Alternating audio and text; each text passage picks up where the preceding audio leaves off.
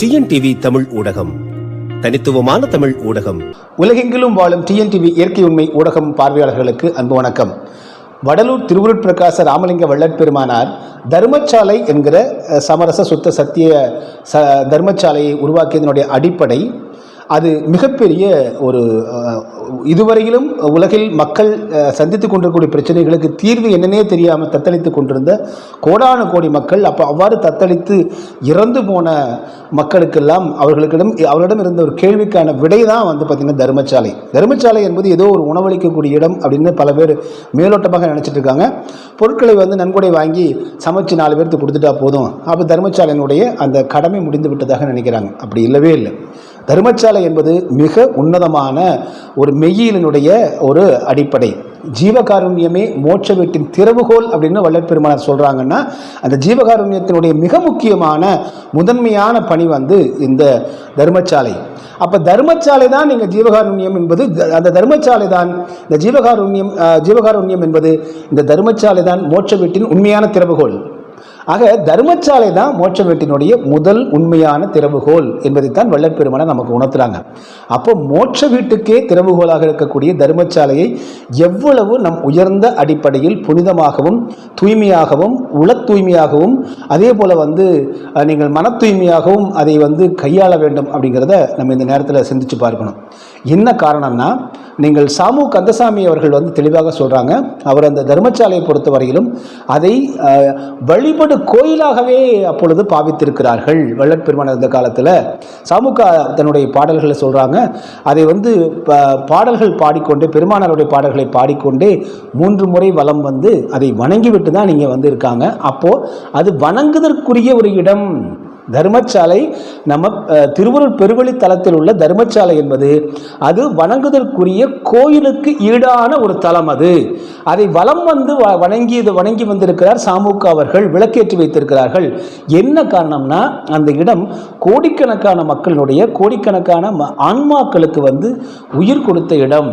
பசி என்பது 35 விதமான அவத்தைகளை வள்ளல் பெருமானார் நமக்கு பட்டியலிடுறாங்க. பசி வந்தால் குரல் தெளிவற்று போய்விடும், கைகால்கள் அப்படியே சோர்ந்து போய்விடும், கண்கள் இருண்டு விடும், இப்படி 35 விதமான அவத்தைகள். இது மரண அவத்தைன்னு சொல்றாரு வள்ளல் பெருமானார். இந்த மரண அவத்திலிருந்து ஒருவரை காப்பாற்றுவது அப்படிங்கிறது தான் உயிர் காக்கக்கூடிய பணி.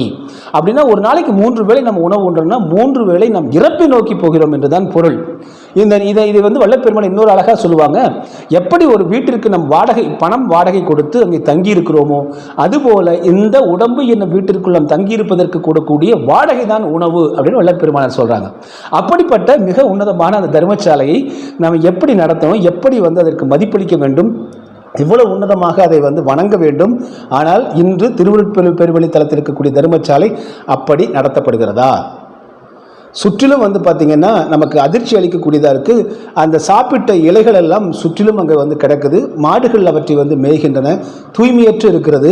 அந்த இடத்த போய் பார்த்தாலே நமக்கு குமட்டி கொண்டு வருவதை போல அந்த அளவுக்கு அது பராமரிக்கப்படுகிறது. அதே போல் 3 வேளை எப்பொழுது வந்தாலும் அங்கே உணவு கொடுக்க வேண்டும் என்ற வள்ளற்பெருமானுடைய கொள்கைகள் காற்றில் பறக்க விடப்பட்டு 3 நேரமும் சில குறிப்பிட்ட நேரத்தில் உணவை போட்டுட்டு க்ளோஸ் பண்ணிட்டு போயிடுறாங்க. ஏதோ கடமைக்கான கேன்டீனாக அவர்கள் நடத்தி கொண்டிருக்காங்க.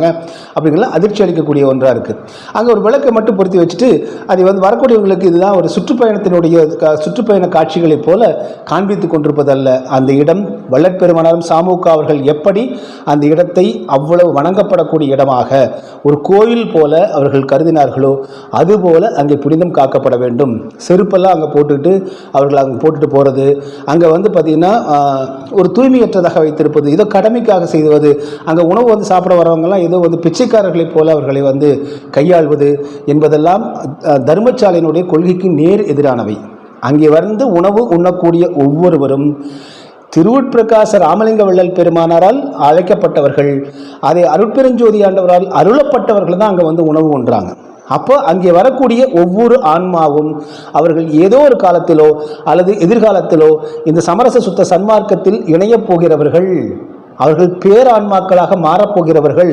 அங்கே வரக்கூடிய அங்கேயே தங்கி ஆதரவற்றவர்களாக இருந்தாலும் அவர் ஒவ்வொருவரும் ஆன்மாக்கள், உன்னதமான ஆன்மாக்கள். எப்படி வள்ளற்பெருமானார் எல்லா உயிர்களும் இன்புற்று வாழ்க என்று சொன்னாரோ, எல்லோருமே இந்த அகவினத்தாராக மாற வேண்டும் என்று சொன்னாரோ, அவர்கள் எல்லாம் அகவினத்தாராக இந்த பிறவில் இல்லாவிட்டாலும் அடுத்த பிறவில் மாறக்கூடியவர்கள். எனவே அந்த 106 ஏக்கர் பெருவெளித்தலத்திற்குள் வரக்கூடிய ஒவ்வொருவரும் இந்த எண்ணத்தோடு நாம் இந்த 106 ஏக்கர் பெருவெளித்தலத்திற்குள் கால் வைக்கும் போதே நாம் உன்னதமான ஆன்மாவாக நமக்கு வரம் கொடுக்கப்பட்டிருக்கிறது. அதனால்தான் இங்கே கால் வைக்கிறோம் என்கிற அந்த எண்ணத்திலும் அங்கே வரக்கூடியவர்கள் தர்மசாலைக்கு உணவு உண்ணக்கூடியவர்கள் ஒவ்வொருவரும் இறைவரால் ஆசீர்வதிக்கப்பட்டவர்கள், அருட்பெருஞ்சோதி ஆண்டவரால் வள்ளற்பெருமானால் ஆசீர்வதிக்கப்பட்டவர்கள் என்கிற அந்த உணர்வோடு புனிதமாக அவர்கள் கையாளப்பட வேண்டும். இப்படி கையாளுறாங்களா? அந்த தர்மசாலை சுற்றி வணங்கினேன் என்று அதை அன்றாடம் செஞ்சிருக்காங்க. 2 வேளையோ 3 வேளையோ சாமுக்கா செஞ்சிருக்காங்க. அப்படிப்பட்ட அது கோயிலாக, தலமாக, வழிபடு தலமாகவே அது பயன்பட்டு வந்திருக்கிறது. அதுபோல இன்று இருக்கிறதா? இப்படி தூய்மை இல்லாமல் என்றாவது இருந்திருக்குமா வள்ளற்பெருமானார் இருந்த காலத்தில்? அப்படி விட்டுருவாங்களா வள்ளற்பெருமானார்? இல்லை சாமுக்கா இதெல்லாம் கல்பட்ட ஐயா இருந்த காலத்துல எல்லாம் ஞான சபையும் அதெல்லாம் தூய்மையற்று இருந்திருக்குமா? ஆனால் முற்றாக இப்பொழுது பார்த்தீங்கன்னா அவற்றையெல்லாம் மழுங்கடித்து விட்டு, மறக்கடித்து விட்டு அந்த இடத்தை இவ்வளவு படுகேவலமாக வைத்திருக்கிறார்கள். கேட்டால் 100 கோடி ரூபாய் திட்டத்தில் சர்வதேச மையம் வந்துருச்சுன்னா இதெல்லாம் புனிதமாயிருங்க அப்படின்றாங்க. எப்படி புனிதமாகும்? பெருவழிக்குள்ளே இது கட்டணத்தோடு ஒரு கேன்டீன் கட்ட போகிறாங்களாம். பன்னாட்டுக்காரெல்லாம் வர்றாங்கல்ல, அவங்கெல்லாம் போய் தர்மசாலை எப்படி சாப்பிடுவாங்க? அதனால் அவர்களுக்கு கேன்டீன். இதுதான் நீங்கள் இவர்கள் செய்யக்கூடிய தர்மசாலை என்பது. தர்மசாலையினுடைய தத்துவமும் இவர்களுக்கு தெரியவில்லை. 106 ஏக்கரினுடைய பெருவெளி தத்துவமும் தெரியவில்லை. ஞானசபையினுடைய தத்துவமும் தெரியவில்லை. ஏதோ உரைநடைகள் அரைகுறையாக படித்துக்கொண்டு அதை வைத்துக்கொண்டே பல யூடியூபர்கள் உருட்டிக்கிட்டு இருக்காங்க. அதை நம்பிக்கிட்டு பல பேர் இருக்காங்க. இதை எடுத்துச் சொல்ல வேண்டிய இடத்தில் உள்ளவெல்லாம் பொய்யான புத்தகங்கள் எழுதி அவர்கள் மக்களுக்கு போதனைகள் செய்து கொண்டிருக்கிறார்கள். அவர்களுக்கு இருக்கக்கூடிய பணபலத்தையும், இந்த கிடைக்கக்கூடிய மேடைகள், ஊடக பலத்தையும், அரசு அதிகார பலத்தையும், பணத்தையெல்லாம் வைத்துக்கொண்டு இந்த உண்மைகளை எல்லாம் சொல்லாமல் பொய்களை மட்டுமே பரப்பி கொண்டிருக்கிறார்கள் என்பதுதான். இதுதான் இங்கே இருக்கக்கூடிய சன்மார்க்க உலகில் இருக்கக்கூடிய அவலமாக இருக்கிறது. எனவே தர்மசாலை பெருவெளித்தலம் மட்டுமல்ல, எங்கெல்லாம் தர்மசாலை அமைக்கிறோமோ அந்த தர்மசாலை புனிதமானதாக இருக்க வேண்டும். வள்ளற்பெருமானார் எப்படி அதை உயிர்காக்கக்கூடிய ஒரு பேராயுதமாக, உயிர்காக்கக்கூடிய பெரும் சேவையாக, மோட்ச வீட்டின் திறவுகோலாகவே தர்மசாலையை வள்ளற்பெருமானார் குறிப்பிடுறாங்க. அப்போ ஒரு மோட்ச வீட்டினுடைய திறவுகோலை நீங்கள் எப்படி பாதுகாப்பாக, அதே போல மதிப்போடும் அதை புனிதமாக வைத்திருக்க வேண்டும் என்பதை சற்று எண்ணி பாருங்கள். மீண்டும் மற்றொரு காணொலியில் உங்களை சந்திக்கிறேன். அதுவரை நன்றி, அன்பு, வணக்கம். டிஎன்டிவி தமிழ் ஊடகம், தனித்துவமான தமிழ் ஊடகம்.